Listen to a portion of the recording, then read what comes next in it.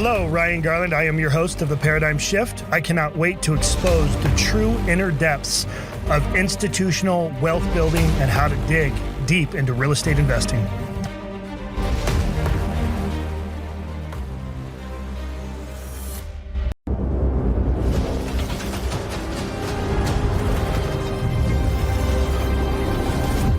Hey everybody, Ryan Garland here. Thank you for joining us today. As always, I'm honored to have David Diaz, which is the vice mayor of Lake Havasu. And if you guys were watching some of the other podcasts prior to this, or even listening, you guys know that we had two other guests that were on our podcast, which was Dave Johnson, that was kind of the runner-up, and then you had Cal Sheehy, which is our existing mayor, and that was kind of I actually really enjoyed the experience. They're both good podcasts, yeah. A lot of information off of both of them. Yeah. So I wanted to bring David on. We actually got a chance to spend some time together at a little party out here in town. And, you know, I really respect his background, and I want everyone to kind of get to know more about him. So I want you to share a little bit about your background, if you don't mind, how you got here. I mean, obviously I read up on you and spent some time. Sure. I'll start from the beginning. So back in 1979, my parents not built, but their friends built a house. They bought some land off of Avalon and Palo Verde, bought some land, built a house. And then about 5 years later, my dad bought the land right next to him and built a house. So we've been coming out here since the 79. I've seen all the growth and all the stuff that wasn't here before that's here now. And you know, what's funny, it seems like that's the way it goes. Yeah. Your grandparents come out, then your parents come out and build something next to you. And just kind of spend some time with them. We were coming on a regular basis. And the reason I know it was 1979, that's when my daughter was born. So I brought her, she was like a year old. I brought her out here. And my kids learned how to water ski on this lake, how to jet ski on this lake, took them fishing off of Site 6, all that stuff. Probably 15, 17 years ago, I bought a house out here. And then I retired in 2018. And we were coming to the house all the time. We were spending more time here than we were in Huntington Beach, California, where we were living. And then my wife was working remotely out here all the time. One day I said, "Why are you still working?" And she goes, "Yeah, you're probably right." So she called her employer and said, "Yeah, I'm giving a 2-week notice. I'm going to retire."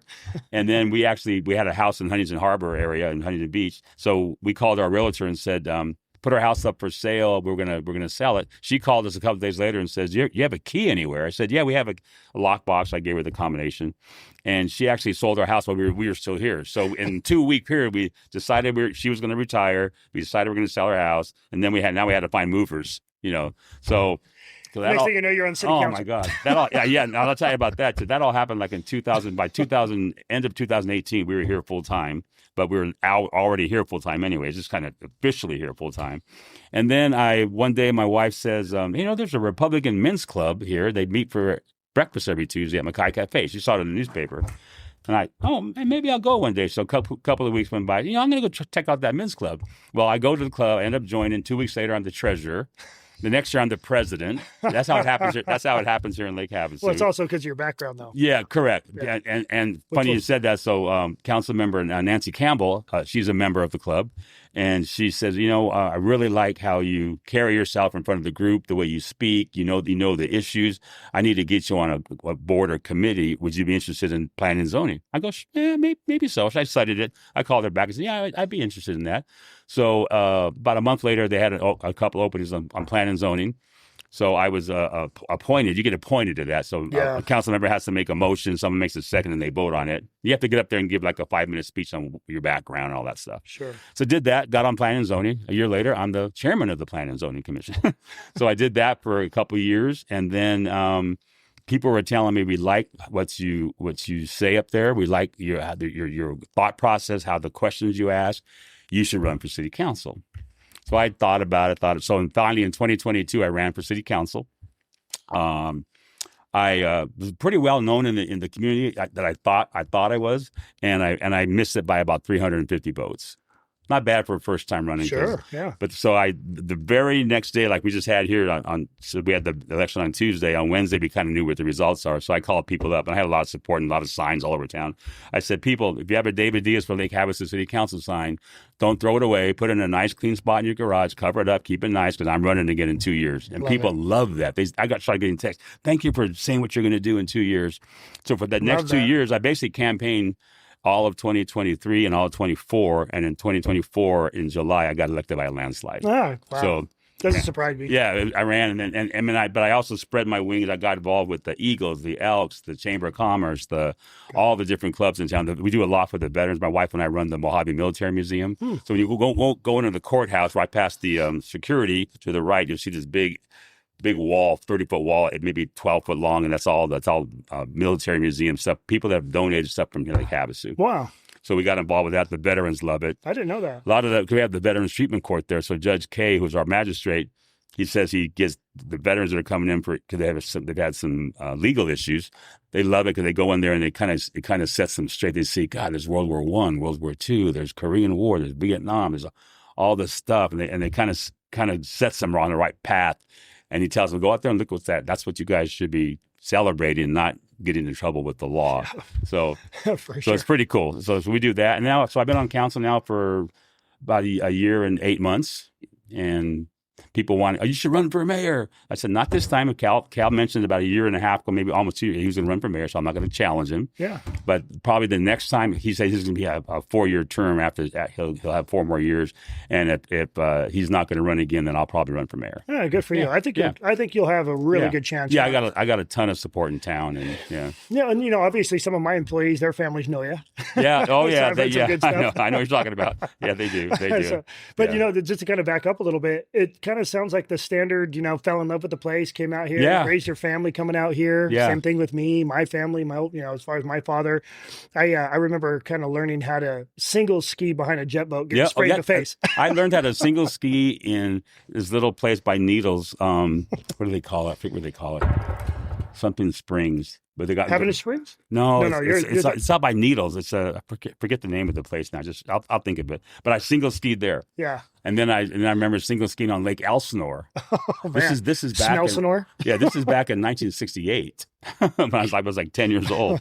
So we were single skiing. Then you got to the double skis and yeah, it's fun. And then the jet skis came in and now so you just evolve. I raised my family in Temecula, so and this was when Elsinore was a little cleaner. And the boat was a lot it was filled up a lot more, but we used to kind of go out there and spend a lot of time together, and we did a lot. I brought my boat out there. I had a smaller boat at the time, and that was like a little wakeboard boat. I really enjoyed that. But then I just go back and forth from there to here, and I just fell in love with out here. I couldn't leave. Yeah, I always loved the desert. We had an option. We had at one point we had 4 cabins in Big Bear, and we thought, do you want to retire up in Big Bear? And then every winter after the snow melts, you got to repair something. You got to repair a vent or a fence that the snow got. I said, I don't like the cold. I like it a little bit to ski, but I like the heat in the desert. So it's crazy. So remember, was it a few months back, 3-4 months ago? There was that huge freeze that came from. There was a storm that came in from the Gulf, and it came up through Texas and up to Nashville, and it was freezing everything right up the way to the northeast. The power lines, everything. All that trees were cracking. Yeah. The amount of people that came in on their fifth wheels and their RVs and were all kind of running from. Did you see how many units went into escrow for during that time? Oh, People. So the snowbird world is getting bigger and bigger here for sure. Oh yeah. It's kind of impressive, and I think I said that on the last podcast, but that's some data that I've been really following, and I think that's just what happens. People come out here and they just fall in love with the recreational lifestyle, but they also see that how much bang you get for your buck here, and at the same time you're amongst friends. Yeah, and once you can have that, you're in. And then if you want to get out of the hustle and bustle of the big city. I always laugh when people start complaining about the traffic in Havasu. I said, let me have you come to Los Angeles, and we'll go 30 miles in 3 hours. So this is nothing. But just getting back to your story about the snowbirds, we were sitting at a local restaurant about a year ago, and there was a couple that was there at another table next to us, and I guess they had friends of their couple, and they were from Wisconsin.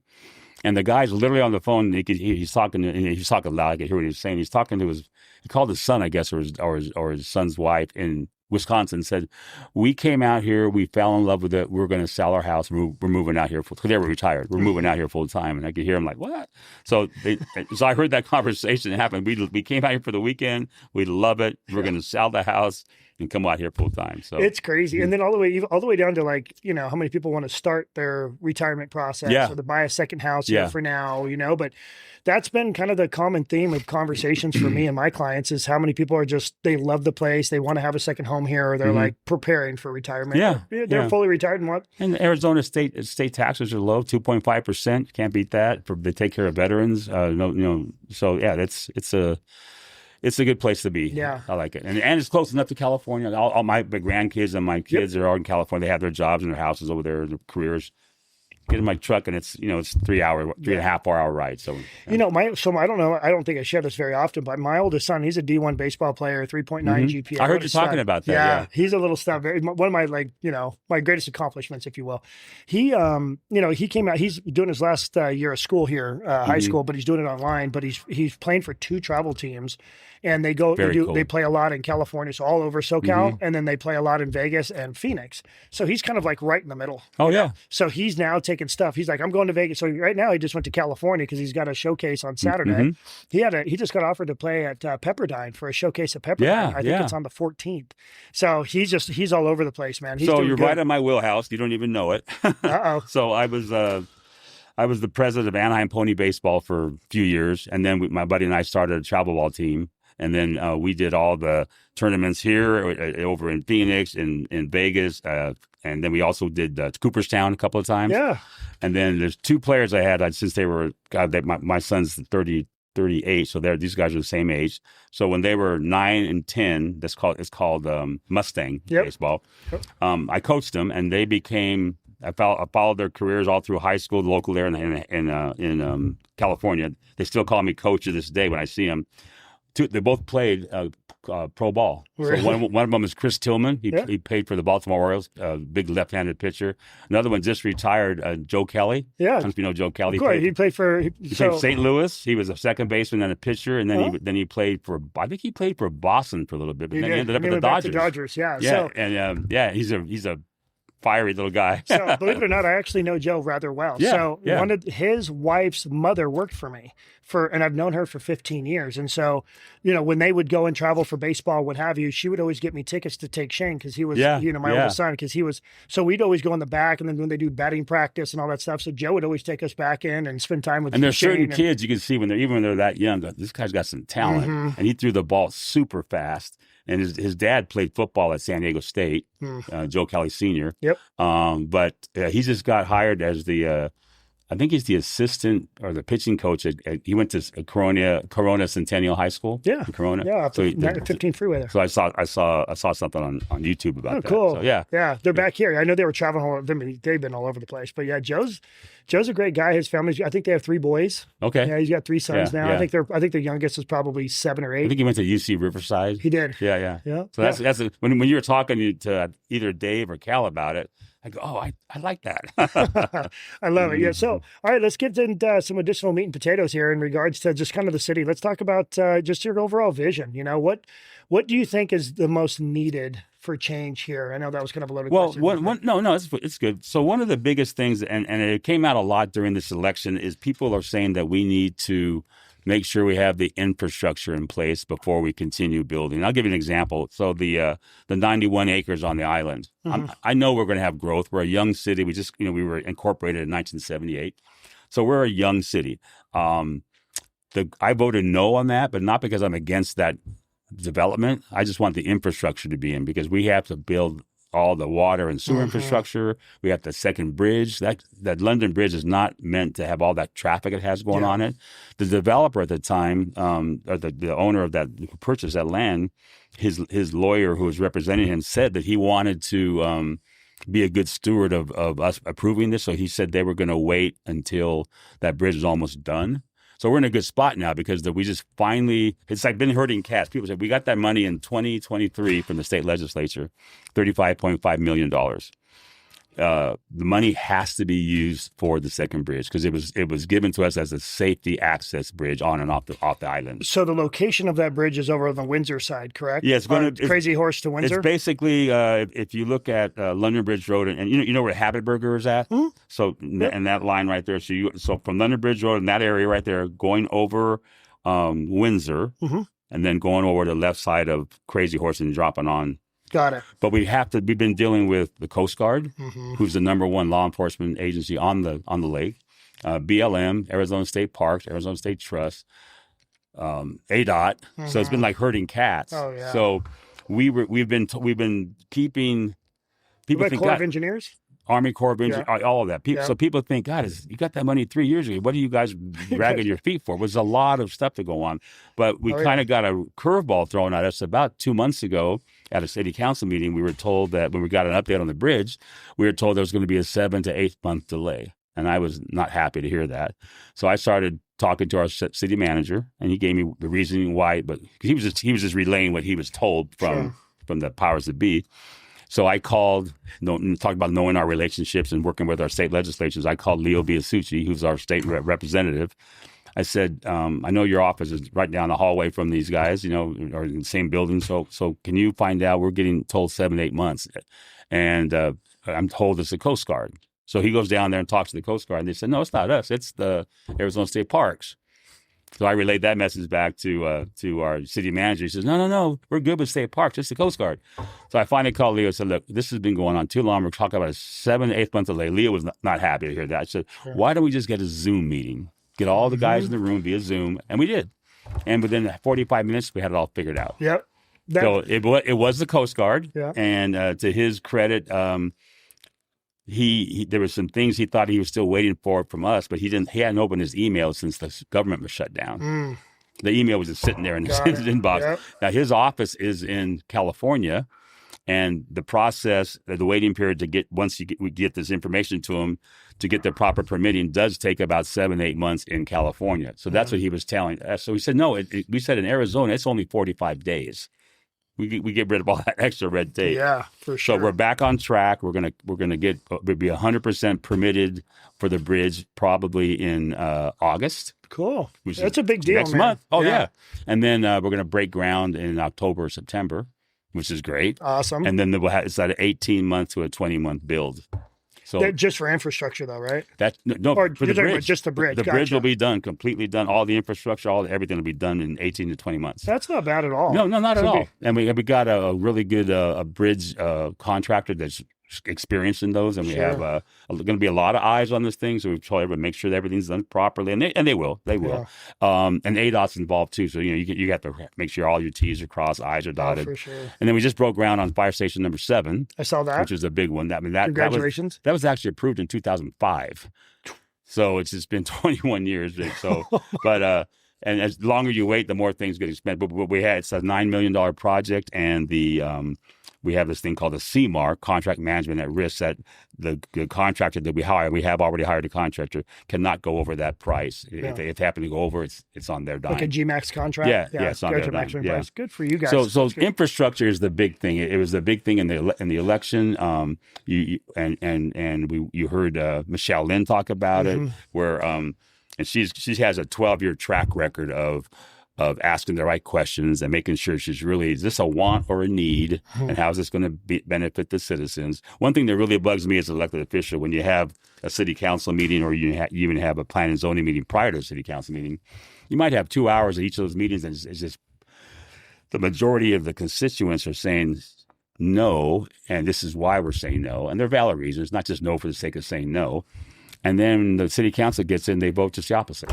So that you're not really representing the people then. You're just doing, so I try to listen to the people, what they want. Yeah. I usually make sure I go out to one reason I got elected to council, because I was on planning and zoning. They liked the fact that I would go out to the area that we're going to be talking about and just physically look, and I would talk to the neighbors around there and see, okay, what's going to happen here, and what are your feelings about it? And they really like that. Yeah, you for sure. Kind of doing the best. You're not just getting the book and looking at, okay, I'll probably vote no on this, or I'll vote yes on this. So you really got to, you kind of have to understand the culture of the area. Yeah, definitely. That helps you really make it. I mean, it's the same thing. It's like if you're going to buy a property, you have to go see it before you buy it. Yeah, it's the same concept. Right. So good for you on the representative side. Yeah. So what else did you kind of foresee where Havasu is going? I think you kind of started on, we're worried about infrastructure before we continue to build. I mean, I have my own thoughts on it, but where do you feel like that's a valid concern? Or? In some areas, now we look what we've done to kind of is it truth, or is it myth, or is it really truth? Is we hired a company that does a pavement index for us. pavement, they call it PSAC, pavement condition index. They actually drove around every piece of street in Lake Havasu, and Wow. they kind of sonar everything, so we're not just making decisions based. I think we might need to replace that, and it gives them an index, and it's a universal index used all across the United States by this type of thing. So they rate every road, like I think there's a 1 through 6 rating, and it gives us an information on which roads need the most attention now, and then which ones that we could hold off on. I think if we continue to do that, we have a great guy named Tim Willett who's in our water department, knows more about water than any of us will ever forget, and he's really he's got a water main program he's looking at right now to grade all the water mains and so forth. And we talked about it when I was there. when your subject was coming up. Just because it's old, it might not have to be replaced yet. Sure. Know? So that's a good thing. But I would like to see down the road. I like to see Havasu to be like we're called the blue jewel of the Colorado River. We need to live up to that. You know, I think we need to do some beautification. Yeah. So even though Dave Johnson lost the election, I think he brought up a lot of good points that kind of like had people thinking about. Yeah, you know, we should have more. It bugs me when I'm driving in town, either on the north side or the south side, how it doesn't look real. That guy's supposed to be the jewel of the Colorado River, and there's trash all over the place. And even at the Tri-City Council meeting this morning, we talked to the ADOT guy was there, and we asked him, "What's going on with the highway beautification? We need some of that here, and the trash pickup on the highway." So, and that could be all government. It could be government and private. Private investment also to help beautify things. But I think if we do that, I definitely want to entice more viable businesses to come to this city. And we need manufacturing. Dave talked about we need manufacturing businesses, something for people to have careers about. That'll bring restaurants and some more shopping that people are asking about. I think the mall is kind of not as empty as people think it is. I know. But I think Jared does a good job out there. He's got some good things coming up on the horizon that he says you guys are going to really, really like. So just wait and see. So and I think all the growth in the city is going to happen on the north side of town. Yeah. We got the DL Ranch project coming up. It's 990 homes. One of the myths about that is that where's the water going to come from? Quit building houses. There's 600 years worth of water in that Sacramento Basin aquifer. We'll be long gone. We'll be an ancient ruin before there's no and it recharges like up to 6,600 acre feet of water every year just naturally. Yeah, that whole complex, that whole 990. I think the average home uses like 1.2 acre feet of water a year. So it's nothing. It's nothing. What's other, So and it's on. Yeah, it's how it recalibrates, if you will. Yeah. So just giving people the facts and the fiction, even Lake Havasu. I mean, we do a really good job of taking care of our water and being conservation. Focus on conservation, but we only use about half of our annual entitlements from the Bureau of Reclamation. That's awesome. It's That's really good information. Thing. Yeah, really good thing. So that's what I think most people really do, are concerned is like, you guys are going to run out of water. I asked Cal about it too, and he, all the way down to the Colorado River. If you want to talk about that, that'd be killer. I want to hear kind of your thoughts on that. Yeah. Yeah. On the Colorado River. Yeah. Yeah. Well, we got these 7 basin states. I've always said we don't have a water problem. We have a water management problem. Some of these, like California, for instance. I was going to agree with that. They have. I did some research on it. I want to make sure I know what I'm talking about. So California, on average, even on these drought years, on average, they get about 220 million acre feet of water just rained upon every year. Their allotment from their entitlements from the Bureau of Reclamation, I think, is like 7.8 million acre feet. And Paul Gosar validated this with me, and hopefully our next governor, Andy Biggs. They allow about 26 million acre feet of water every year to just flow right into the ocean. Wow. Yeah, so that's exactly what you kind of hear about, what's going on in Northern California. Just all that water is getting pushed into the... Yeah. So 3 times their allotment, if they would just capture that in some of these reservoirs that are bone dry, or maybe build some new reservoirs, or have some kind of a program where they're capturing their water, they would take a lot of pressure off these other states too, but... Well, look what happened to all the fires. I mean, that just stirred that right up. With all that stuff that went down, One of my best friends had a beautiful custom home on a plateau in Pacific Palisades. He had it built with a custom kit. He's a master chef. He used to be the executive chef for all the Cheesecake Factory at the corporate office. Yeah. And his house just got burned to the ground. we have a lot of friends and actually some family up there, but yeah, there was a lot of people that lost their homes. Yeah, in It's really Malibu, unfortunate. and they can't rebuild them. Some of them were like homes that were built, 60, 70 years ago, and they're of course worth millions. Now they can't build them. They can't rebuild them. Did you hear about the permits they're trying to get for multifamily and some of that low income housing? It's wild. I've heard some of that stuff, and they want even in Malibu, even in Malibu, they're doing some of that stuff. And I think that what's that guy Graham Plattner that was who's the guy that was running for? Yeah, Plattner. He's a Plattner. Yeah. He was all over that. He did a lot. He was all over it. He was all over that. They want to like change the whole makeup of the neighborhoods and so forth. But people are going to get tired of that kind of stuff. I think Grant Cardone started a big litigation component to that. I think his house almost burnt down. Wow. I think the house right next to him ended up catching on fire. I don't think it burned all the way down, but yeah, he was pissed. And so he ended up pulling all these people together and doing a big class action lawsuit, if I recall. Yeah, they do know, and they do know really forest maintenance for clearing the forest and so forth, and insurance now. It's even just to have a cabin in Big Bear, the insurance is just like, oh my God, it's crazy. Well, I was talking to a local insurance agent here. She was telling me that she was having a hard time insuring some houses up in the foothills now. Really? Yeah. So because of all these fires, they're having. But they all have sprinkler systems, right? Of course, yeah. So and all of our projects are sprinklered. Yeah. But it's moving forward. But I think. Yeah, and all those houses up there are, but I couldn't believe when she was saying, a lot of as far as her carrier, and I'm not going to drop the name, but her carrier won't insure up there anymore. And I'm like, that's incredible. I knew you guys were already out of California, but the fact you're not going to do it up there anymore, this is crazy. Who's going to buy a house without insurance? Yeah, I know what they expect people how are you going to do. mortgage it? Yeah, what do they expect people to do? It's just weird. Yeah. Yeah, but it'll eventually weed itself out. But I mean, insurance costs are going through the roof, and it's all because of those fires. Yeah. As you can imagine, us going to steel building methods has really helped a lot, even from under construction, building risk, builder's risk. Is it cheaper to build with metal studs than it is wood? It depends. So our project probably a little more expensive in steel because I have a 3-story product as far as the barn caves. So you have more structural steel. So therefore you just have more weight, right? More steel. So it's going to be a little more expensive, but you can make it up in time. So you can put pretty much like the way we're doing on barn caves, where we can basically erect a building, each unit, we can erect the building and bolt it in. Basically, there's these paneling system where it's like tongue and groove. Yeah. And you can ultimately finish one house a week, and then you can even put the windows in there. Well, because it's built out of steel, you don't have to stack the roof, let it settle, and then put the windows in, right? You can literally go right in with the windows. So you can, for the most part, button up the house once in a week, one a week. Kind of speeds up the process. And then you have the finish work, which is standard, interior finish work. And we'll do like lumber interior walls that are non-structural. So that way you can hang TVs and kind of drywall and kind of get, the normal way.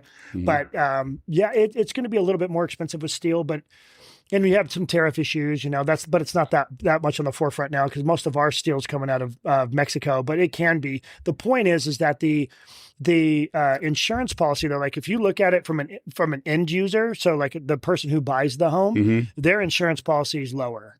With the cost of living already going up and given the market here, you want to focus on that along. That's why I was talking about HOAs before we jumped on this. Trying to compress those costs, help people, ultimately, financially take care of their home or qualify. So we wanted to focus on, we saw that as a big movement coming, prior to that. But remember, I also manage a debt fund. So I'm more of a construction lender by trade. So as we fund a transaction, we have to have an insurance policy, right? Just like any home or mortgage.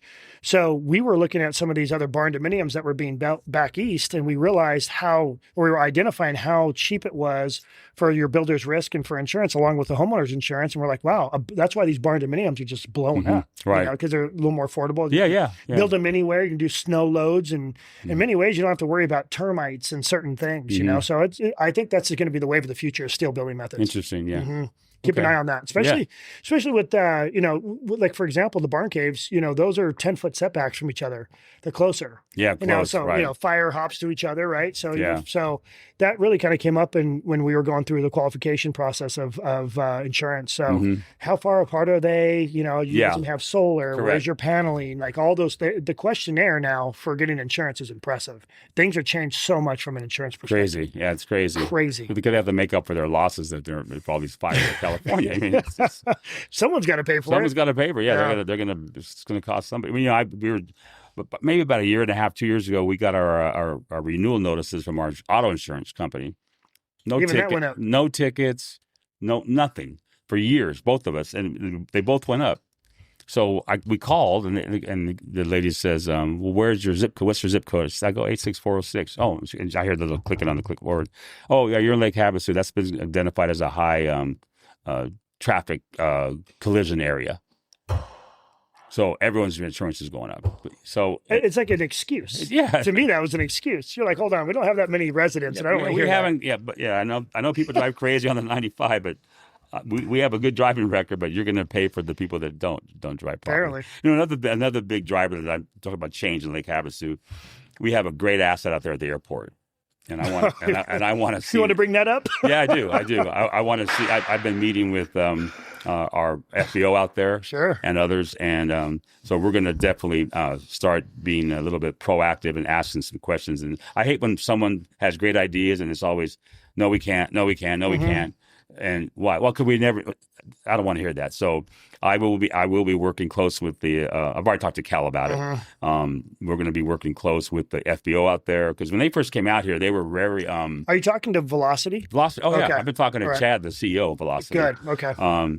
And our airport manager just resigned. He's got like maybe another week and a half, and he's gone. Did they bring on there was another gentleman by the name of Alan. Did they bring him back? No.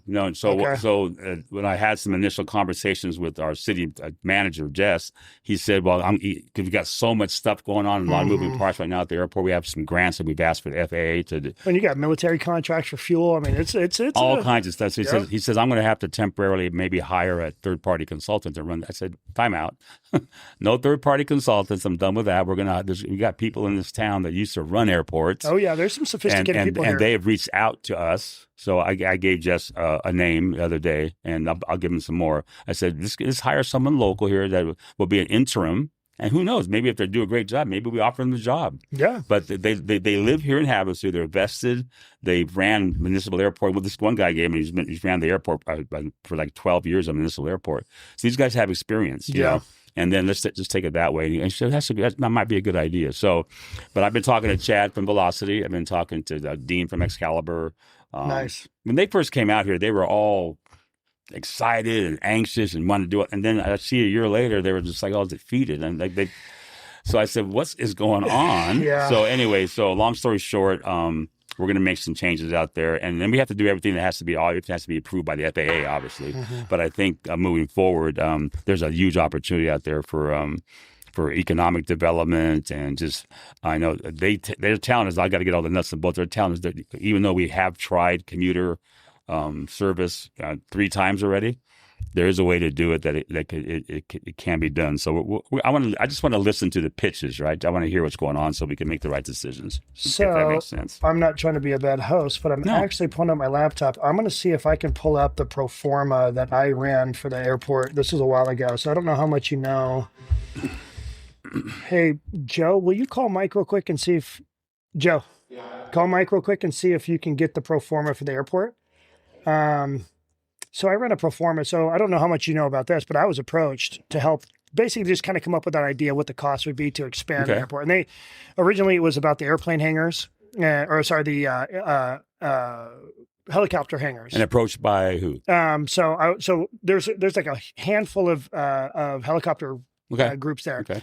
They brought me to the old airport manager, Rob. Okay, Rob. And Rob and I started having our private conversations, and he wanted to show me a portion of the north side, which is for the most part graded and ready to go. So I went with my architect, and I drew up some ideas based on what they were looking for. And I said, hey, this is what it's going to cost. This is probably what it's going to take. Just give them some rough numbers. Of course, I'm raising my hand because I would love to build some man caves over there, right?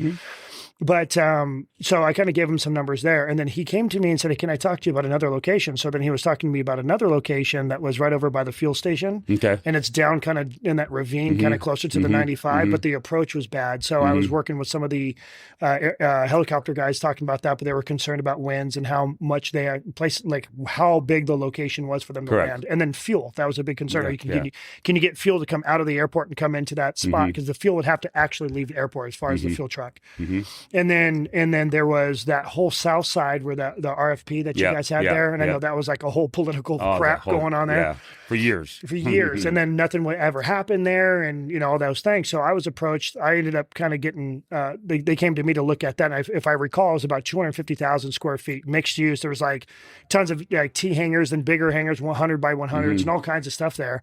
And I gave them a pro forma, like a kind of a rough draft of what I think you guys can do to build this, how long it would take. There's a lot of dirt work that needs to be done. You got to pull in all the infrastructure. So I kind of looked at all of that stuff, and then just kind of gave them my professional opinion, if you will. And then, told them, hey, if you guys are going to do this, you're going to have to deal with private capital for sure. And then the other concern, and I didn't get the answer because I don't think we got far enough, and you're going to probably know this more than I would. But from my understanding, what we would have to do is we would do all the improvements to the taxiways to get down into those, to that. So this, I'm talking about the south side, get the improvement the taxiways, but the FAA over time, 7, 8, 9, 10 years would then reimburse us for what we spend on that taxiway, but they would maintain it as long as it was built. So you have to go and get the contract with the FAA for all that. I know that takes time, but that was one of those things where I went to them and I said, well, this is when the guys, before they sold the FBOs to Velocity, I said, in your RFP, what's the agreement as far as the land lease and what do you have to give back to the city? So we were looking at those numbers, and I think I generated just kind of, landing fees and those type of things and selling these over time. I think once it was completely built out, which I gave them a 5.5 year pro forma, I think it was like $5.5 million in revenue just on that portion alone for coming back to the city. Yeah, just the city. Now that's just based off of what they were saying in their revenue numbers. So I think it definitely warrants down the road for us to have a workshop where we call for a special meeting. We have all the airport people that are interested and have a stake in the game, for lack of a better term, to come to us, and we have like a 2, 3 hour, 4 hour workshop meeting at the city council chambers. Specifically, only the subject matter is to talk about what are we doing wrong at the airport? What can we do right? Let's get some ideas. What can we do that's approved by the FAA, and so just to have a conversation, because right now it's just every year it's just the same old problem. Yeah. It's just not going anywhere. It's not going anywhere. Yeah. It's not going anywhere. And I think with all the growth that's going to happen out there on the north side of town with the 617 acres that Apex grabbed. Yep. And there's going to be some retail there and some commercial, and there's going to be obviously residential. There's going to be a new VA hospital with 100 beds and kitchen and all that kind of stuff. We were telling people, like, a lot of my clients, I really appreciate, because one of the things I try to do is hold back. I don't ever want to try to be, I get it. Talk about my agenda on my podcast, especially with someone like yourself on as my guest, but that's the reason why I wanted to go north. If you look at big cities and you're around that much retail, as long as you have good retailers with long leases, that's why I built a really good relationship with Jared. I said, talk to me about Dillard's. And I found about the Dillard family. Then I talked about JCPenney. Then he was telling me about, Buffalo Wild Wings and kind of, and believe it or not, that place is stacked. I mean, I don't think he has that many, units available over there. And then come to find out about, a restaurant that's coming in there, restaurants going in there. And then when Apex pulled that, I think it was April of last year, when they pulled down that 600 plus acres, that was impressive. And then Angelo, the owner of Viewpoint, the developer of Viewpoint, reached out to me, and then they wanted to sell me a portion of that 600 acres because he was going to buy 300 and start developing. I just talked to Angelo the other day, and he's going to do all the master plan because I think he's more of a horizontal guy. So he's still working on it, but him and I have been talking a lot about that. I don't know if I'm going to buy it, but the point is that there's so much development going on the north side. It's going to blow people away. And let's just use all of our connections and do what's best for the overall city, which means it's going to be best for all the citizens. Yeah. And people, I think a lot of people were, you're building $1 million homes, and I'm like, yes, you kind of have to. It's just the cost of building projects now. Yeah. I was at an event with Michelle Lynn. This group had a candidate forum. They invited all 7 candidates to run for city council. Michelle couldn't go because she was out of town. So on their a good thumbs up to them, they called her about maybe 3 weeks before the election. Hey, we know you couldn't make it to that previous one when we had all the other 6 people there. Would you like to come and do your spiel in front of our group? And she said, yeah, definitely. So she asked me about it. I'll come and support you. I sat there, and they came around to they were talking about affordable housing. Which what's affordable housing? I always define affordable housing first. And she made a great comment. She said, we cannot make a builder buy a lot. Lots are just over $100,000 now, and then build a home and sell that home for $100,000 or less. Yeah. It's not going to happen. Common sense. And someone in the audience, I don't even know who her name was, she yells out, "That's not true." And Michelle said, I'm sorry, but it is true. How are you going to force a builder to buy the lot, put all the infrastructure in, and then build his home and then sell it for $100,000? It's not going to happen. But this person was adamant now in the audience that you can do it. I said, okay, but maybe you have a magic wand or something. Yeah. But I mean, I bought my first house in 1986. I think I paid $82,000 for it. Yeah. My father just bought a house up in the foothills, and we were going through, the project, or I always call project, but the house before he bought it. Yeah. And he was asking me for my opinion. And the very first thing I told him, I said, first of all, this is an absolute gorgeous house. I said, you couldn't build this house for what you're buying it for. You need to buy it. Yeah. I said the replacement cost of this house. Oh, it was completely built. It's fully landscaped. Every inch of that property that could be used was used. It was up in the estates. Yeah. I said, Pops, you could not rebuild this house brand new for what you're buying it for. You need to pull the trigger. Yeah. Kind of thing. And he's like, done. And so, and I'm about to break ground on the spec that's up there as well. And it's smaller than his house. And I'm going to be over $400,000 more than what he bought his house for, just to build my cost. Yeah. My friends just sold their house there. They were, we had a big event there for Carrie Lake when she was running for governor, and they had it. And she goes, "If you could get Carrie Lake to my house, we'll host it." So Carrie even said, "God, this is the nicest house I've ever been into. Gorgeous house." But they just sold it, and then they moved. They bought like 46 acres up by Tahoe. Oh wow! They have it pretty good, well off, and they're gonna build that exact same house over there in Tahoe. Got it. Which side of the California side? California side, yeah. It's crazy. Side, yeah. He owned a big trucking company, and she's a retired big time lawyer or something. Cool. But yeah, the house is really a beautiful house up there. It's one of the nicest ones I've seen in the foothills. Yeah, between the foothills, because I had Luke Still on the podcast. Okay. So we got a chance to really talk about the Riviera, the refuge. They did the foothills, of course, and I just kind of started learning more about just all the players that were involved in all of that. Yeah. And he said it too. He's like, going north is where it's at right now. That's where it's going to be at. Yeah. And especially for the more, I don't want to say affordable, attainable housing, it's all going that way. So if you look at Viewpoint, the houses that you get in Viewpoint are absolutely stunning because they did it right. They just basically did all the lots, and then they sold the lots to somebody who wants to basically build their dream home. But you have your box that you got to fit in. But man, those houses are gorgeous in there, and you can get it for a decent price. When you tell everybody, I'm glad you mentioned, when you tell everybody that most of the growth is going to happen in the north side of town, then you tell them the why. I haven't had one person say, "Oh, that doesn't make." They all say, "Oh, yeah, I get it. That makes sense." Yeah, the mall's out there. There's got more land out there. There's new development happening, and so they get it. Yeah, so there was. I don't know if you know this, but did you ever hear about that 7-story product that I brought to the city? So we kind of had a little pre-app. I don't know. So I brought my architect out. I have another architect in Texas. I brought him out. He kind of designed. So it's the 8 acres right next to JR Motors. So this is right across from, the Barn Cave site next to Dillard's, right? Okay. So where they have that, what is that, the carnival thing? Oh, yeah. So it's kind of a unique layout, right? But we were able to design a 7-story apartment product there. And I could actually get that to pencil because the higher I go up, yes, it costs more money, but I can get more units in there so I can get it to work. But we were worried about the glide slope because it was closer to the airport and all those things. And so we went and met with the city, and they're like, yeah, this is fine. And at the time, that's when I was talking to Rob, the old airport manager. Right. He was there because we wanted him to be there.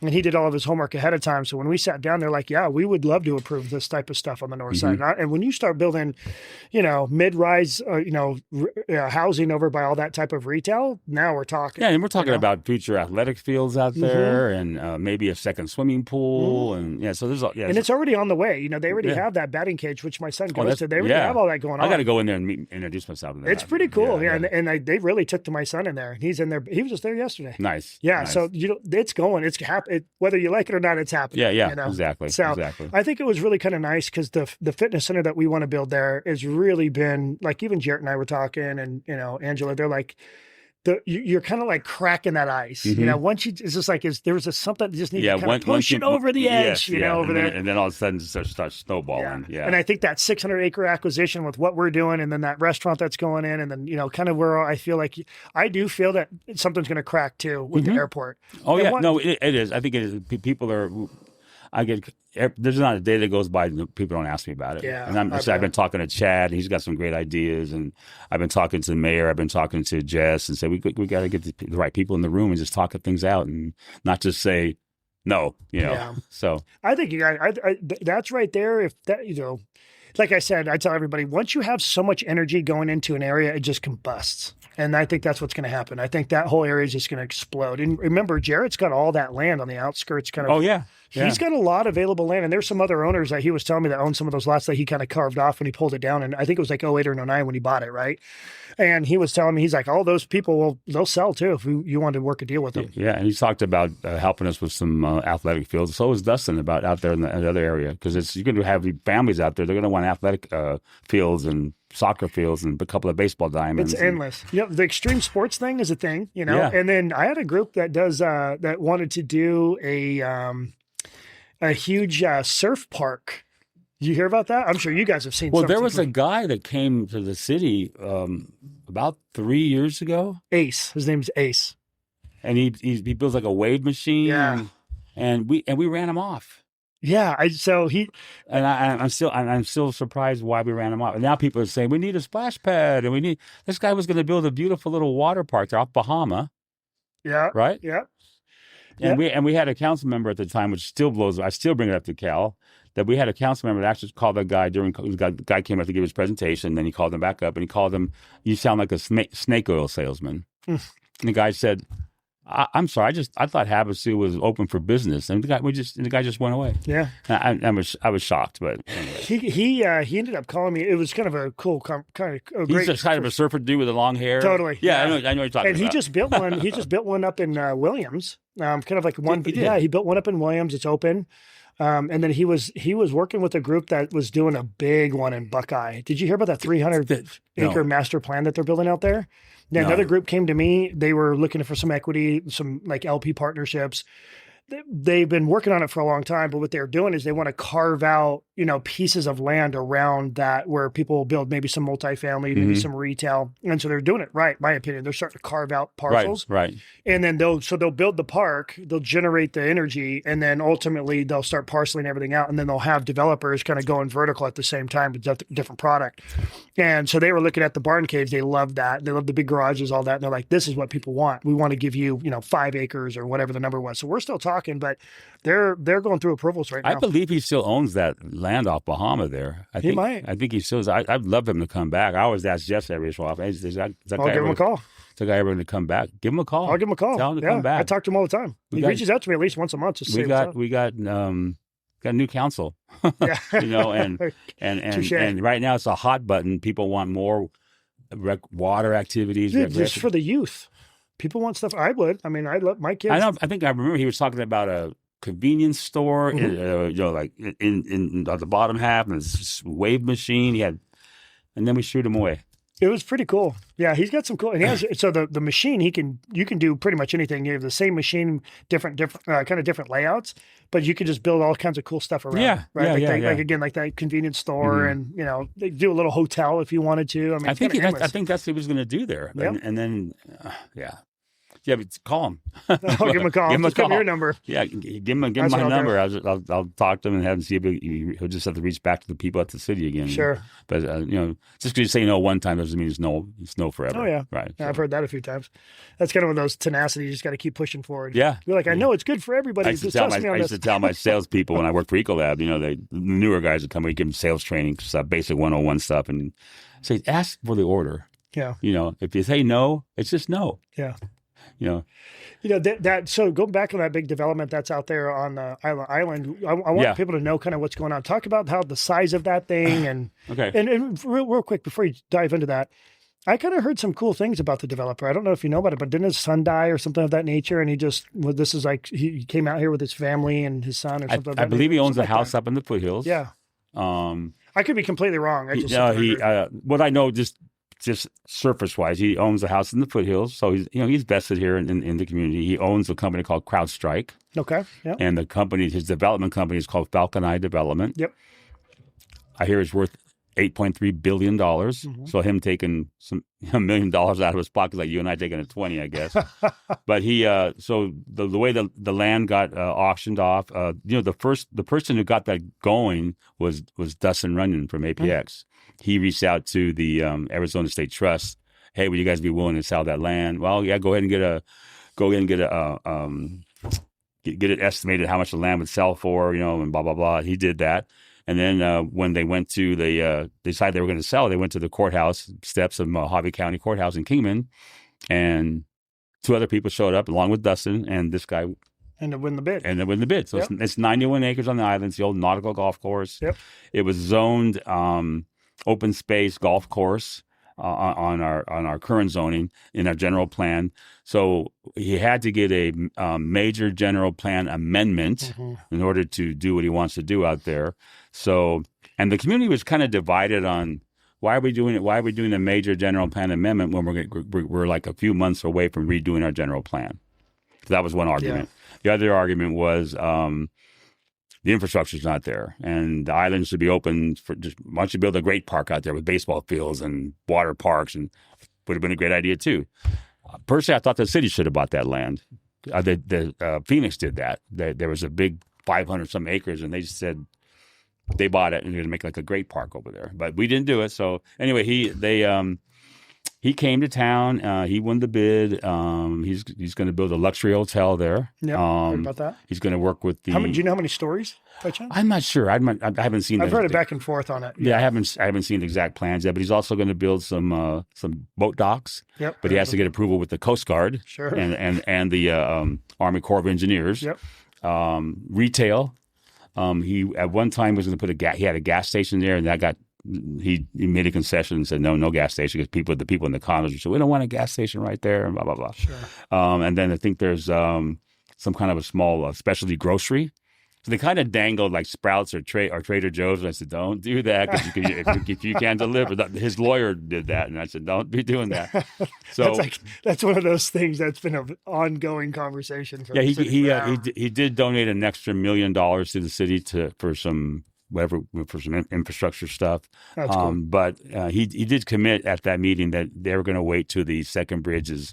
They know that he even had a PowerPoint slide, and one of the slides said, "This development does not work unless that second bridge is done." Yeah. So I'm glad he said that. So I'm sure he's happy that he saw that we're going to start breaking ground on that bridge in October or September. Oh, cool! Yeah, that's a big deal. It's going to change. I think it's a huge deal. Yeah, it's a big deal. Now, one thing we did to protect because one of the biggest hot buttons for people is protecting shoreline access. Yeah. So he actually agreed to 200-foot easement between the shoreline and his development. Wow. So that's big. That's big, yeah. So when we sent our general plan recently that we ratified as a city, it's going to be completely ratified by the voters at the November election.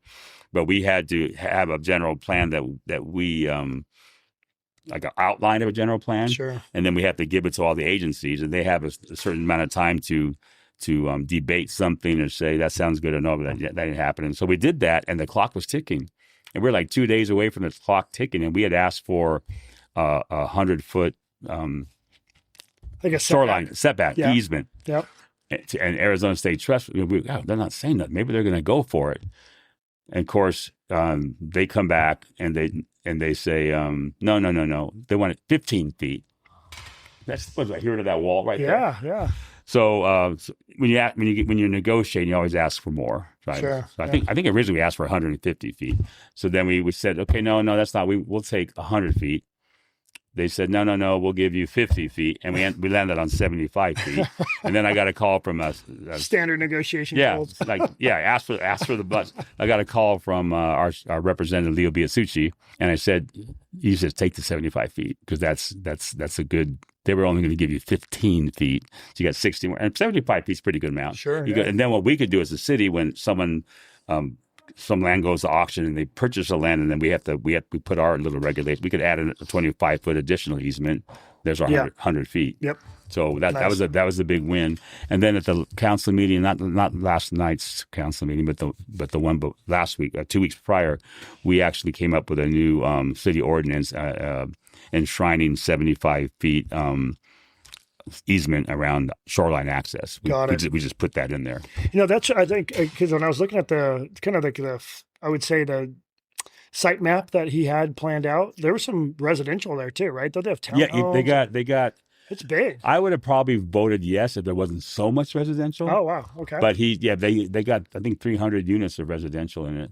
But it's 91 acres. It's pretty good. It's pretty big. It's big. And then some people were complaining about the shoreline access on the I guess be the south side of the partial there. But it's just rocky. I mean, you'd have to do some major bulldozing and make some man-made beaches and all that kind of stuff. Yeah. So that wasn't going to happen. But the fact that you got some docks too, I mean, that's huge. That is huge. And open parking. You're gonna have to do some wave breaks on that corner because there's a lot of waves come over there because he's out of the in essence. He'll be out in the middle of Thompson Bay.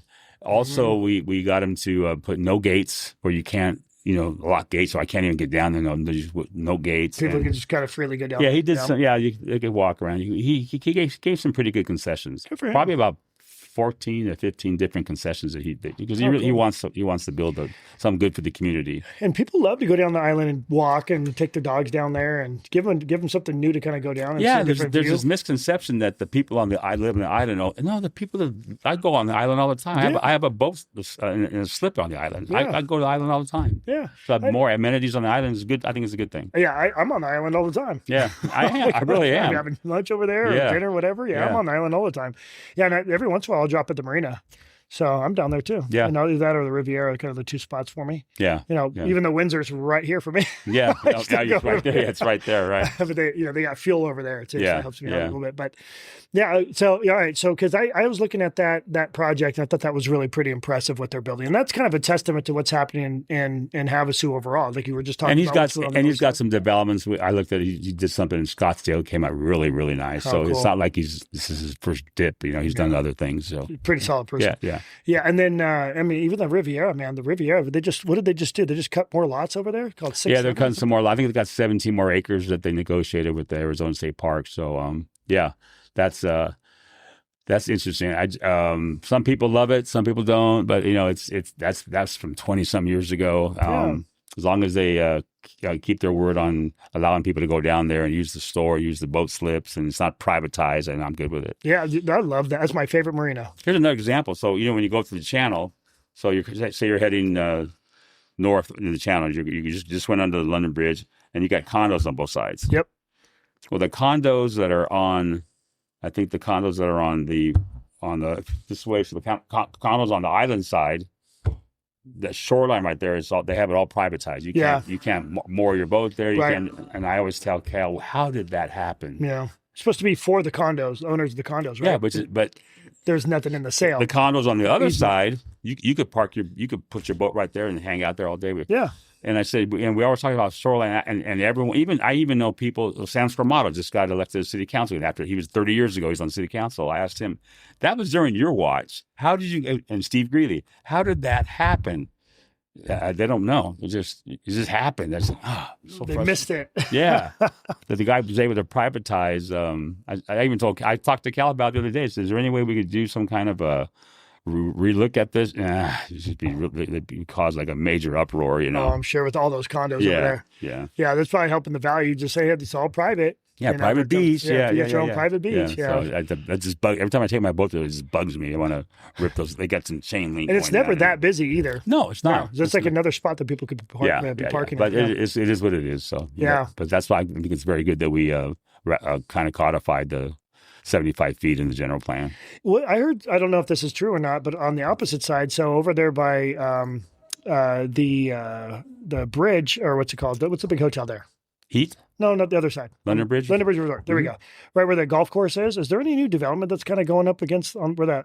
I thought there was something. Somebody was bringing some idea up over there. Well, the London Bridge Resort leases all that whole golf course. That's all leased land from Arizona State Parks. Got it. So okay. they lease that land from Arizona State Trust. So And then we have some easements that we've taken over on the walkways and so forth, the sea walls and that type of thing.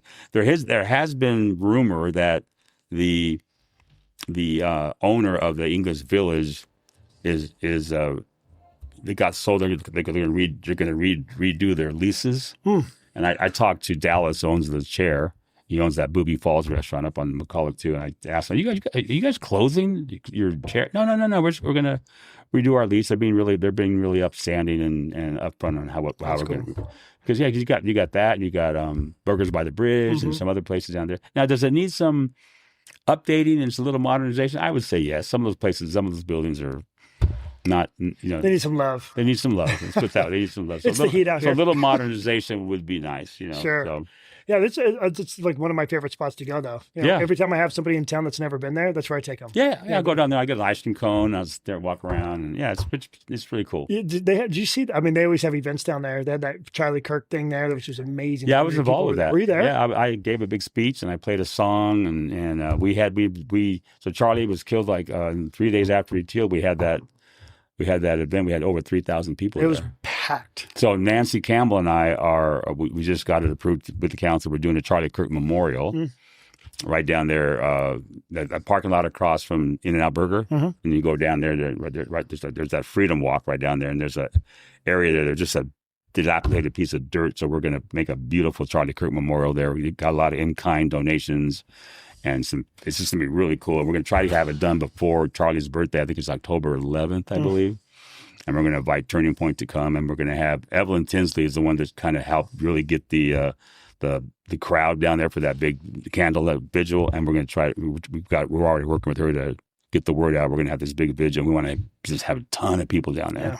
Yeah, it's cool. Good for you guys. Cool. Yeah. Come to find out, a really good buddy of mine, he's building basically these little healthcare facilities and all these, private gyms, and he's kind of more, he's a doctor, and he was telling me that all of his remodels are all done by Charlie's father. He's an architect, and he basically focuses on a lot of big, multi-million-dollar remodels. And so we kind of crossed paths a little bit, and I thought that was really kind of cool. He was telling me about the story because he was knee deep in designing 4 different projects with his dad when this all happened. Yeah.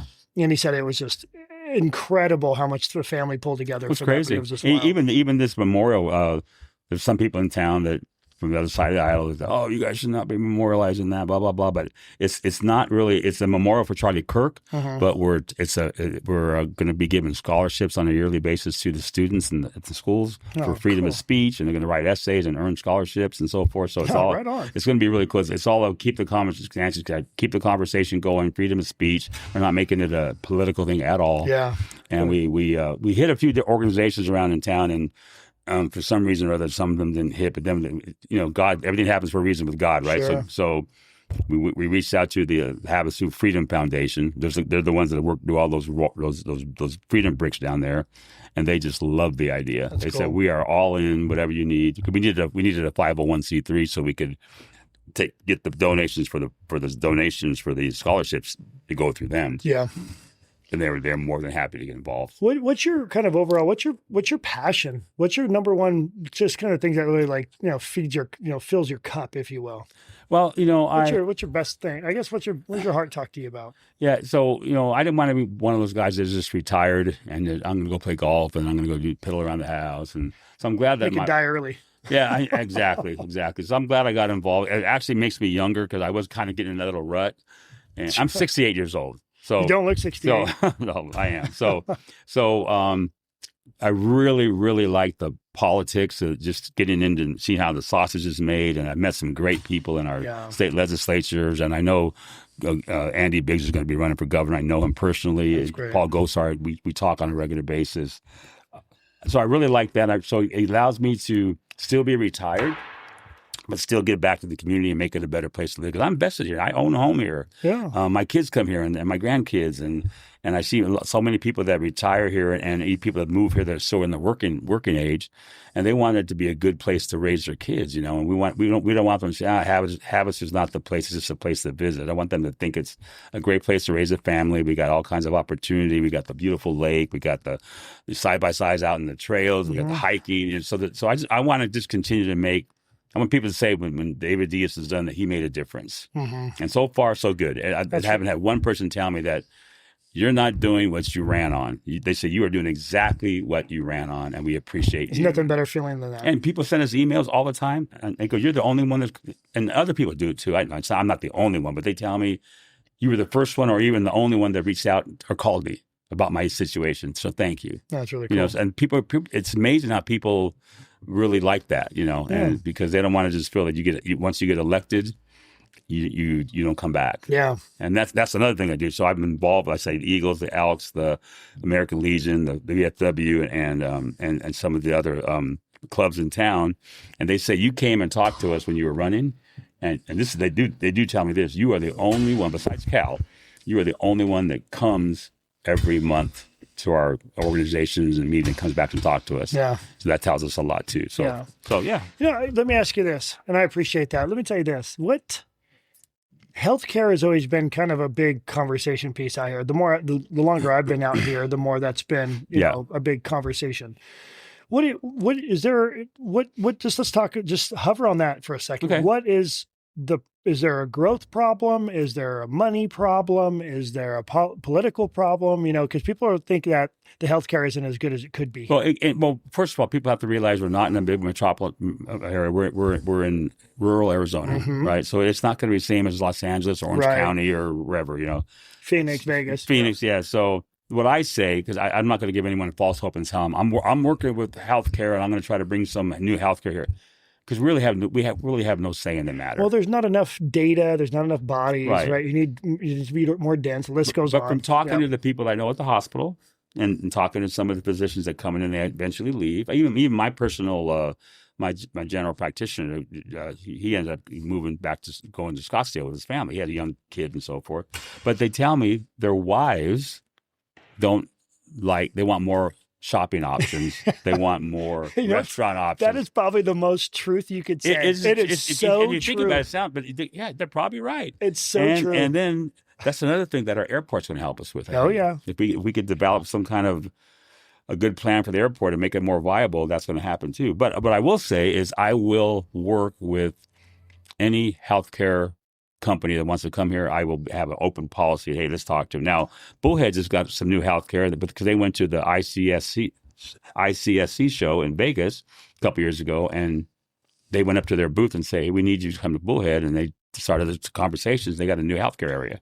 We need to start doing that. Our PED needs to start doing that kind of stuff, and I want to hear more proactive things that our PED, that's our Partnership for Economic Development. What are they doing to address that? Jenny Koch is the physician recruiter for the hospital. She's on city council right now, and she tells us, you know, she has these conversations with people, and then they come to town, and then what we just said about the shopping. It's so true. It's funny that you said that because it's like kind of.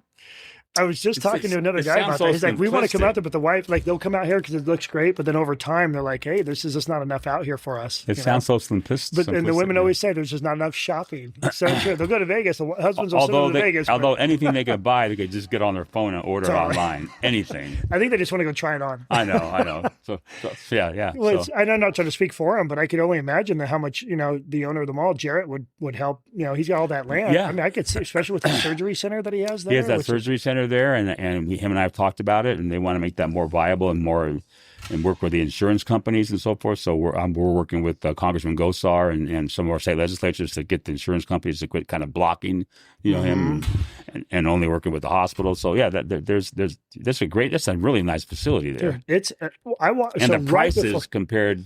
I had someone told me that they had some procedure that they got priced on at this hospital, and it was $9,000. And over there at Jared's place, it was a third of that price. Yeah, so that's a big deal. It's a big deal. It's a big deal, especially as you get older and more money is thrown at healthcare. Yeah. You know, it's serious. And that was kind of what. So Jared and I, when we first started really building a relationship, he was like, "Hey, I need you to come in and take a look at my facility."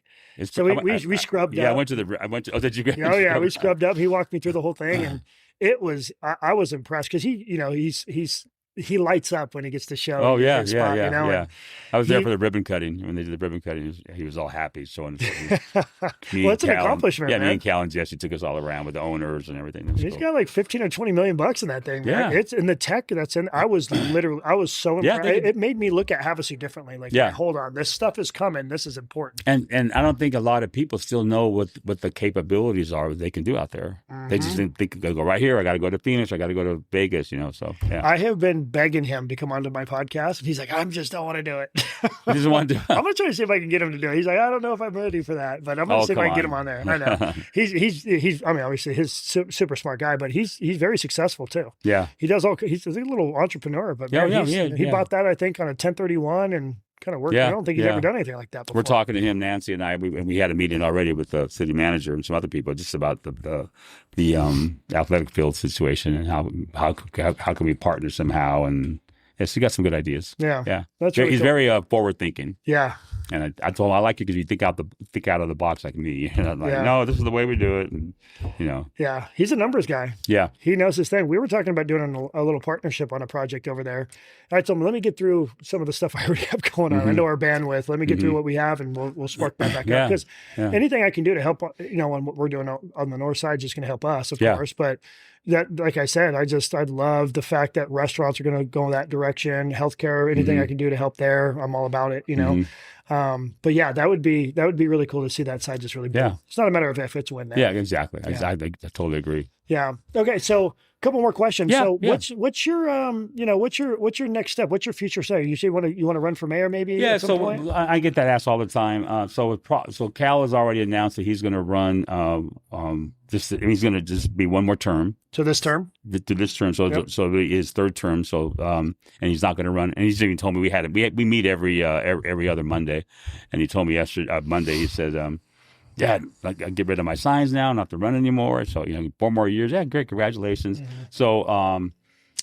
So after the Cals, I have to run for council again in 2028. Okay, and then so that'll be 2 years into Cal's his last term, and then when he's done being mayor, then I'll put my hat in the ring for mayor. Oh, cool! Because I promised that to a lot of people, and I said, yeah, I'll do it. I'll do it. I think you're going to be just fine for that. Yeah. I got a ton of support in town. And other people will run also. And then it's always the best man or woman wins, but who runs the best campaign and who gets out there. And I want to continue that, what I told you earlier, that it's not just campaign promises, but you're getting things done. Yeah. Someone asks you, what did you do in your terms? I want to be able to say, I did this, I did this, I did this. Yeah. And or I pushed for this. I got the council to help develop a program, and we did this. So not just, I don't know, what did I do? That's not a good thing. Yeah, for sure.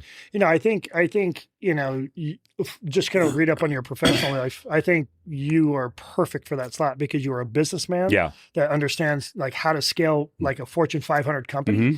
And then obviously you know how to manage people. Yeah. And that's what it comes down to, is just making sure you're managing people properly and highlighting your. I tell the, even the city staff, and we have meetings, and I tell city manager, I said, it's not that much different than, have been in a private sector and governments. The only difference is we're spending taxpayer dollars, and here we're making a product and we're selling it for profit, and that's what we spend our money on to grow the company. But the dynamics as far as managing people and there's organizational personal relationships, and it's really no different. No, really no different. Yeah. So, yeah. And I really, to be candid, I've been spending more time just because of how much we're doing here, to kind of getting to know more people. No, I'm glad.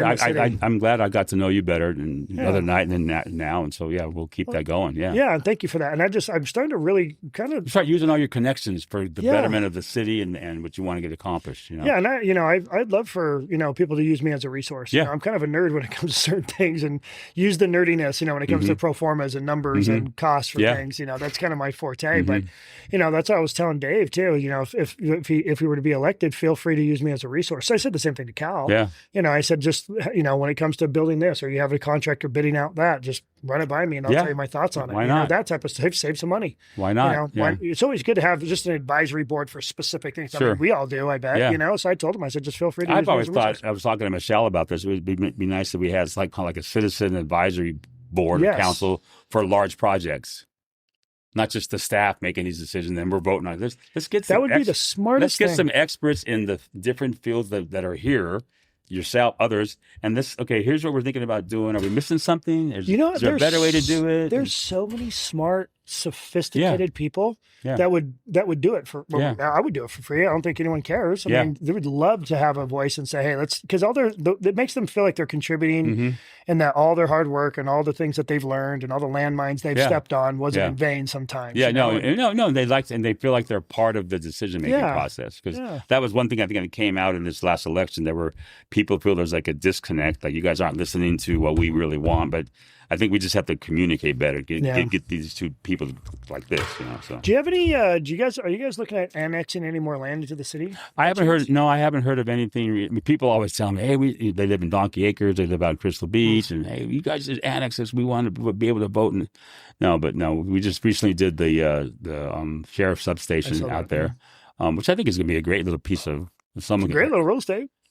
I was like, that's a great little like a hamburger diner on the side of the road right there. God, that place would be cranking. So I got a couple people I'm going to talk to. Especially right there, man. There's nothing else over there. I got a couple of people I know in town that I know that run restaurants, and I'm going to ask, hey, you guys should check with the county, because the county still owns the building. We just annexed the land, so you should reach out to the county and see what their thoughts. Repurpose the building. Yeah.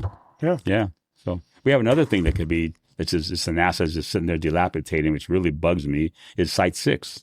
Oh, I know. The little building right there. Right next to it. They're really cool little kitchenettes in there and so forth. If someone could just refurbish that and do... Make it like a little store or something. I had a friend of mine that wanted to... he owns a couple of restaurants in town. He wanted to... his idea was to... He said he would do all the updating of the building.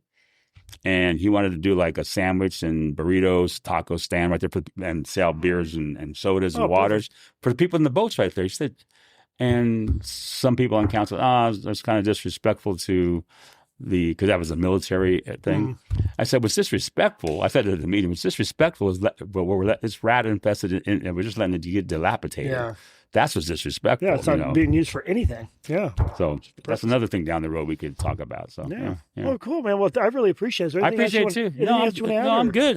Thanks for the invite. And I'm glad I ran into you at the watch party, and then we talked about doing this, and appreciate it. Yeah. Really good. No, you're not. This won't be the last time. Oh no, it won't. It won't be the last time. And anything you ever want to do and talk about, just to let the community know, our following continues to grow, and we're very blessed. We feel honored to be able to just kind of have a platform that people can just listen to, whether on a plane or driving their car or what have you. And it's really been growing, and I think having both Cal and Dave on there was huge. I think having you on here is a big deal. There's a lot of chatter about both of those. Yeah. And I think you have, I just feel like you're very rooted and you're grounded, and your background says a lot. When I got a chance to kind of look into you a little bit more before this, and I do that with everybody I have, it's just I was really impressed by your professional background. And I'm like, well, that makes complete sense, because you're just kind of like one gear, like you just have.